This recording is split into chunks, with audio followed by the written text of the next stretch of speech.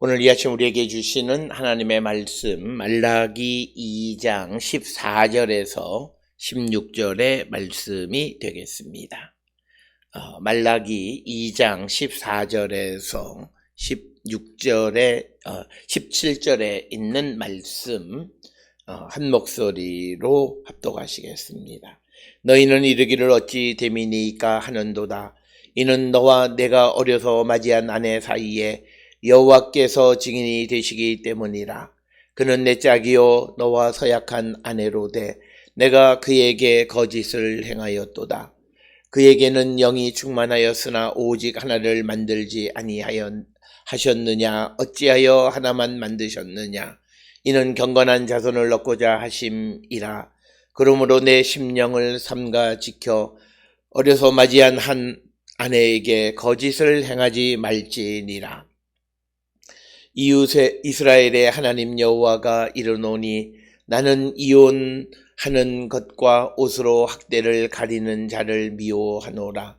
만군의 여호와의 말이니라. 그러므로 너희 심령을 삼가 지켜 거짓을 행하지 말지니라. 너희가 말로 여호와를 괴롭게 하고도 이르기를 우리가 어떻게 여호와를 괴롭혀 드렸나이까 하는도다.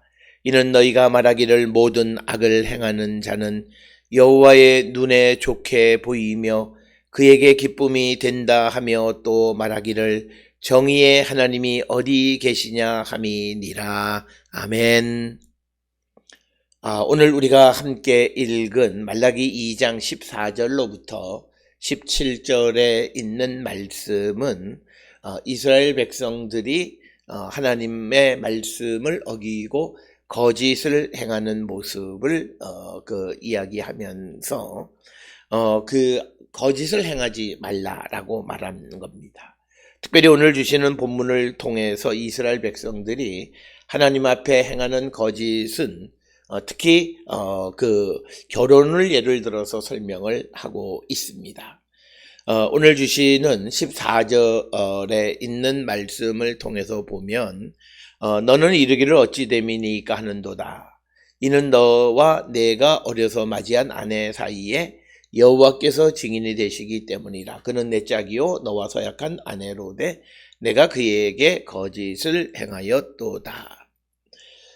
이 말씀은 원래 우리가 잘 알다시피 그 민수기 19장 6절로부터 8절에 의하면 음행한 이유로 인해서 이혼을 할 수 있는 그 가능성을 열어놓았습니다. 그러나 아내가 부정한 이유가 아님에도 불구하고 이혼하는 사례가 벌어지게 되고, 그래서 처음 그가 어려서 맞이한 아내에게 거짓을 행하는, 그래서 그들이 하나님의 말씀을 악용하는 것에 대해서 오늘 우리에게 질책하시는 그런 말씀이 되겠고, 오늘 주시는 본문의 말씀에서 오늘 우리가 귀담아 들어야 되는 것은 이 억울한 사람들이나 또는 다른 사람들을 위한 통로로 하나님의 말씀에서 이혼을 허용한 그런 예가 있습니다. 그런데 그것을 아내를 학대하는 학대의 도구로 사용하고 거짓을 행하는 일을 행하는 자들이 많이 있다라고 하는 거죠. 원래 하나님께서 이혼을 허락한 것은 다른 것이 아니라 아내가 음행한 연유가 있으면 그때는 이혼 증서를 써주고 이혼을 하라고 하는 것이었습니다.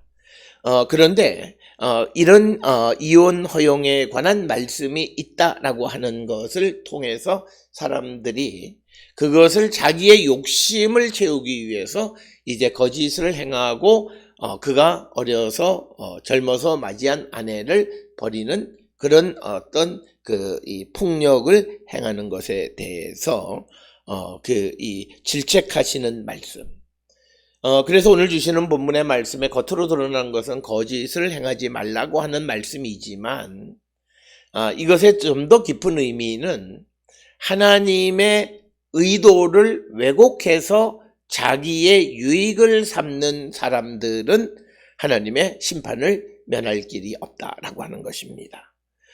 더욱더 과관인 것은 17절에 기록되어 있는 것처럼 너희가 말하기를 모든 악을 행하는 자는 여호와의 눈에 좋게 보이며 그에게 기쁨이 된다고 이렇게 말하는 거. 그리고 정의의 하나님이 어디 계시느냐라고 하는 거죠. 이것은 하나님의 자비와 공의를 또한 악용하는 것입니다. 마태복음 5장 45절에 보면 하나님은 악한 사람이나 선한 사람이나 똑같이 해와 비를 주시는 분이시다. 그래서 하나님의 자비하심, 악한 자도 세상을 살아가야 되기 때문에 그에게 하나님의 은혜를 베풀어 주는데 그 은혜는 일상을 살아가는 데 필요한 것들을 공급해 주시는 거예요. 그런데 그것이 둔갑돼서 17절에서 악을 행하는 자를 여호와의 눈에 좋게 보여. 그러니까 여호와께서 악을 행하는 자를 좋게 보신다라고 하는 아주 괴상망측한 것으로 둔갑되어진 것을 말하는 겁니다. 이런 결과가 벌어지는 가장 큰 이유는 하나님의 말씀을 통해서 인간의 육신적인 어떤 편안함과 이익을 추구하는 그런 관점에서 성경을 보게 되면 다 이렇게 되고 오늘 우리도 이런 유혹 속에 빠지게 되어지는 경우들이 많습니다. 그 본문에 우리의 영의 눈이 열려서 하나님 말씀의 원래 의도가 무엇인가를 찾기보다는 당장 자기를 변명하거나 자기를 변호하거나 혹은 또 자기 합리화를 위해서 하나님의 말씀을 악용하는 자들이 많이 생겨나고 있다라고 하는 것입니다. 그것이 하나님 앞에 죄이다라고 하는 거예요. 그래서 오늘 주시는 본문의 말씀에서 어려서 맞이한 아내를 거짓으로 이혼을 하는 그런 경우는 단순히 이혼을 하라 하지 말라라는 개념을 넘어서서 우리가 살펴보아야 하는 것은 하나님의 말씀의 의도와 목적과 다르게 그 본문을 해석해서 사람에게 자기의 유익을 구하는 그런 행동을 하게 하는 모든 자들에 대한 하나님의 심판의 말씀입니다. 특별히 이런 것들은 처음 하나님의 말씀을 아는 사람들은 알기 어렵습니다. 오랫동안 특히 오늘 주시는 이 본문의 말씀에서 강조하고 있는 것이 아마도 제사장들이나 또는 상류층이나 뭐 이런 계층들에 대해서 하시는 말씀입니다. 하나님이 증인을 서서 어려서 아내를 맞이하고 결혼을 했는데 그런데 이 아내를 버리기 위해서 하나님의 말씀을 가져다가 거짓을 행하는 자기의 이익을 위해서 하나님의 말씀을 자기에게 유리하게 하려고 거짓을 행하는 자들에 대한 하나님의 질책의 말씀이 오늘 주시는 본문의 말씀이 되겠습니다. 그래서 우리는 어떤 경우에도 하나님의 말씀을 악용하는 자가 되면 그것은 신성을 모독하는 것이고 하나님을 만홀히 여기는 것이고 그런 사람들은 하나님의 도움을 받기가 어렵다라고 하는 거죠. 우리가 일상 속에서는 잘 알지 못해요. 우리가 소위 피스타임이 평화로울 때는 전혀 뭐 이런 것들에 대해서 판별할 수, 그러나 결정적일 때 하나님이 내 편이시냐라고 하는 거예요. 마지막 한 번 나를 도와주셔야 한 그때 하나님이 나를 도와주시는가.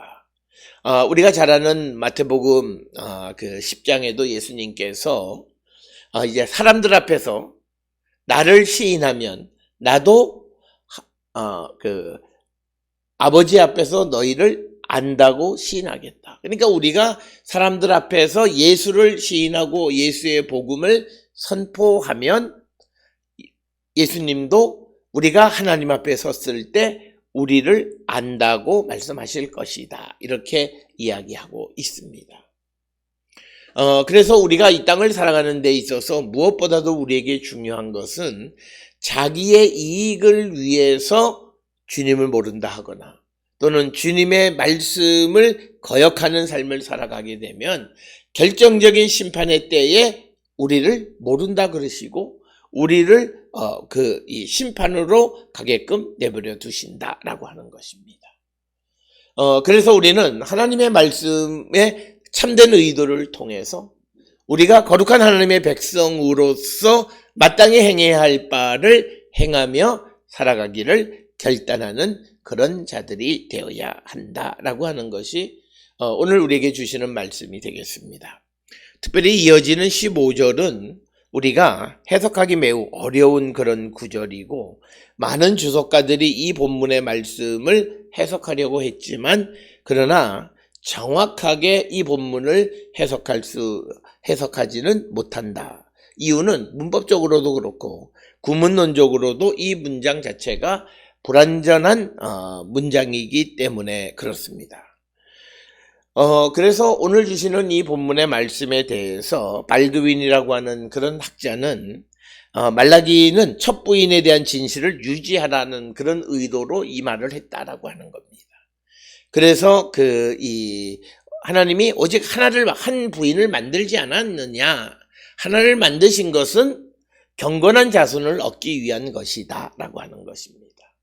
그런데 그 아내를 버리고 다른 여인에게로 다시 장가가려고 거짓을 행하는 것이 잘못된 거고 그런 행동을 하지 말라고 하는 것입니다. 그 다음에 오늘 주시는 본문의 말씀에서 영으로 번역한 루하극이라고 하는 단어가 정말 하나님의 영을 의미하는 것인지 아니면 생명의 호흡을 의미하는 것인지 우리가 정확하게 그 개념을 알 수가 없어요. 갑자기 그에게는 영이 충만하였으나 오직 하나를 만들지 그럼 그는 누구이냐라고 하는 것도 어려운 문제이다라고 하는 것입니다.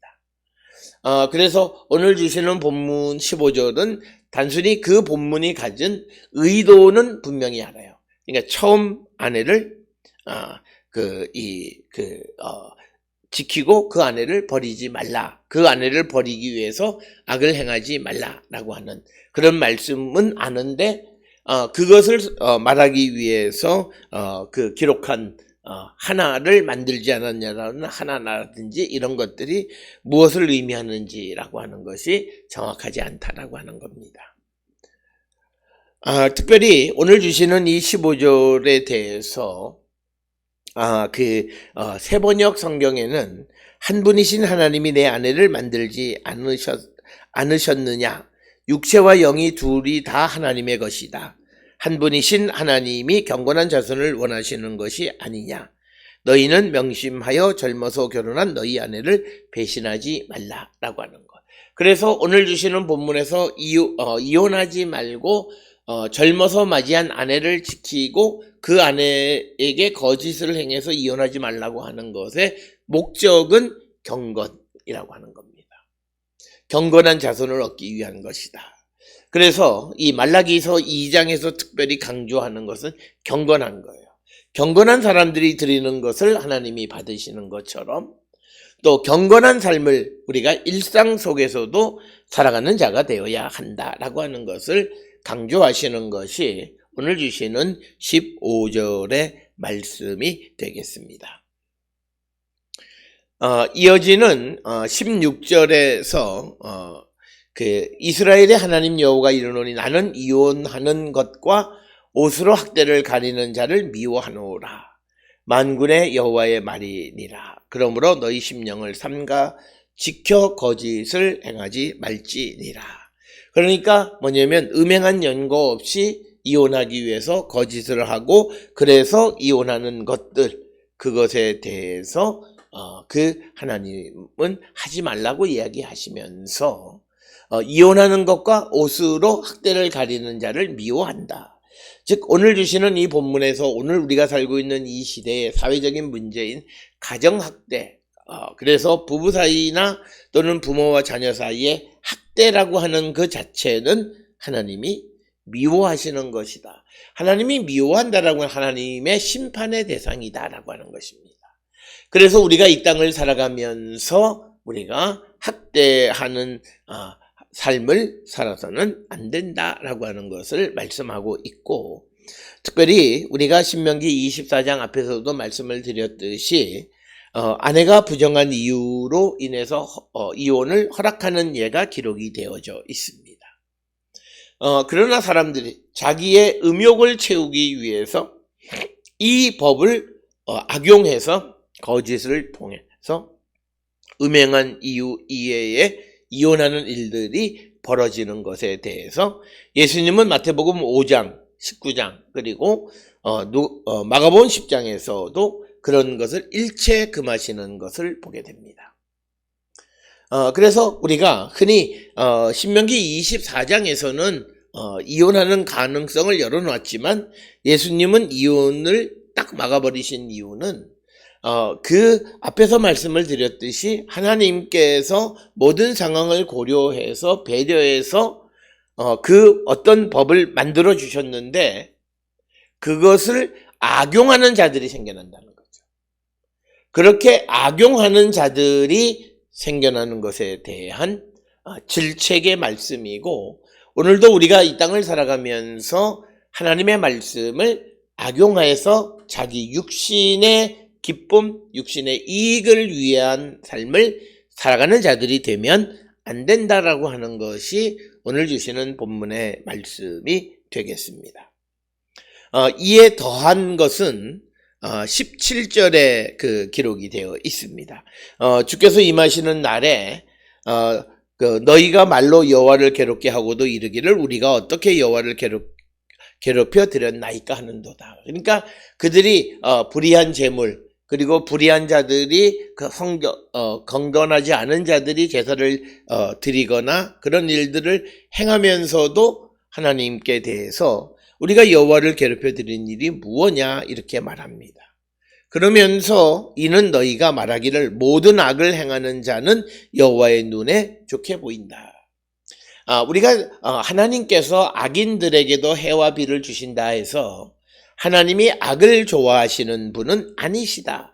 그러니까 오늘 주시는 이 17절에 있는 말씀은 자기들의 행위를 자기들의 악한 행위를 정당화하기 위해서 하나님은 모든 악을 행하는 자를 여호와가 좋게 보신다라고 하는 얼토당토한 해석을 하게 됩니다. 오늘 우리가 살고 있는 이 시대에 하나님의 자비, 공의 이런 것들을 악용해서 인간의 기쁨과 인간의 이익을 위한 말씀으로 둔갑시키는 이들이 너무나 많이 있습니다. 우리가 그 성경을 해석할 때 특히 말씀을 선포하는 목회자들이 조심해야 되는 것은 그것입니다.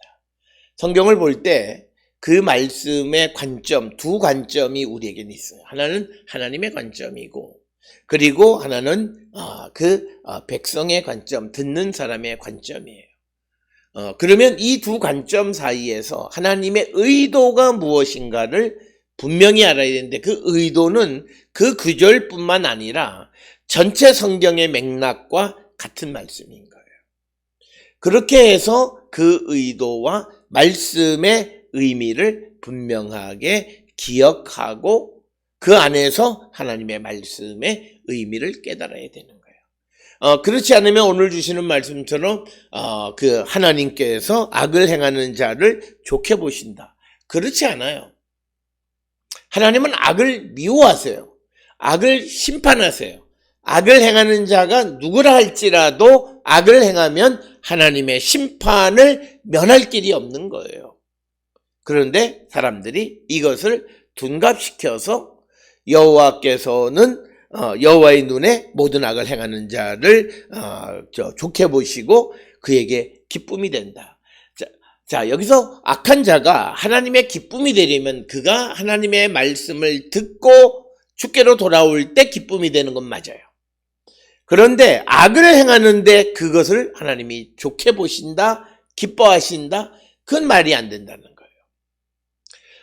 우리가 악인을 사랑하신다는 것과 하나님이 악을 사랑한다는 건 다른 개념이에요. 오늘 우리가 살고 있는 이 시대도 많은 사람들이 하나님이 악인을 사랑하셔요. 그러나 악을 사랑하는 건 아니에요. 악은 미워하세요.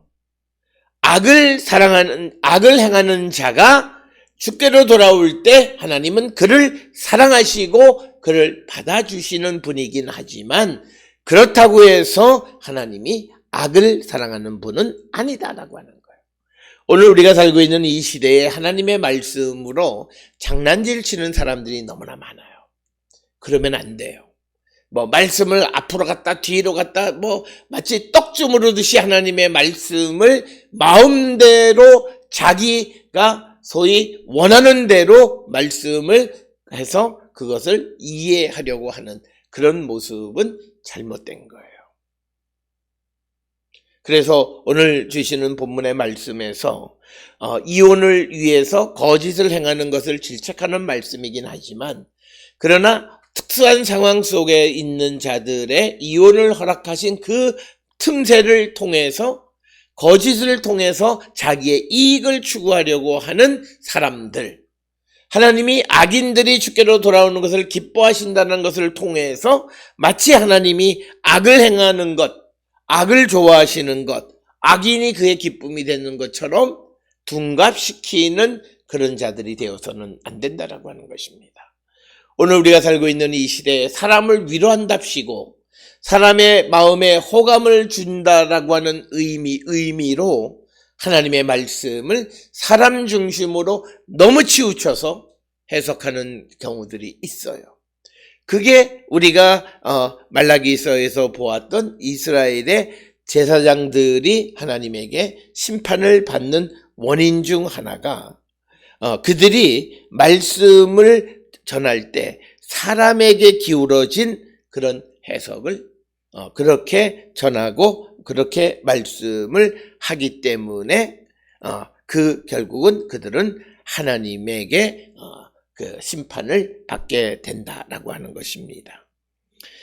그래서 우리가 그 말라기 2장 9절에 율법을 행할 때 사람에게 치우치게 하였으므로 나도 너희로 하여금 모든 백성 앞에서 멸시와 천대를 당하게 할 것이다. 그래서 하나님의 말씀을 사람에게 기울어져서 해석하면 안 돼요.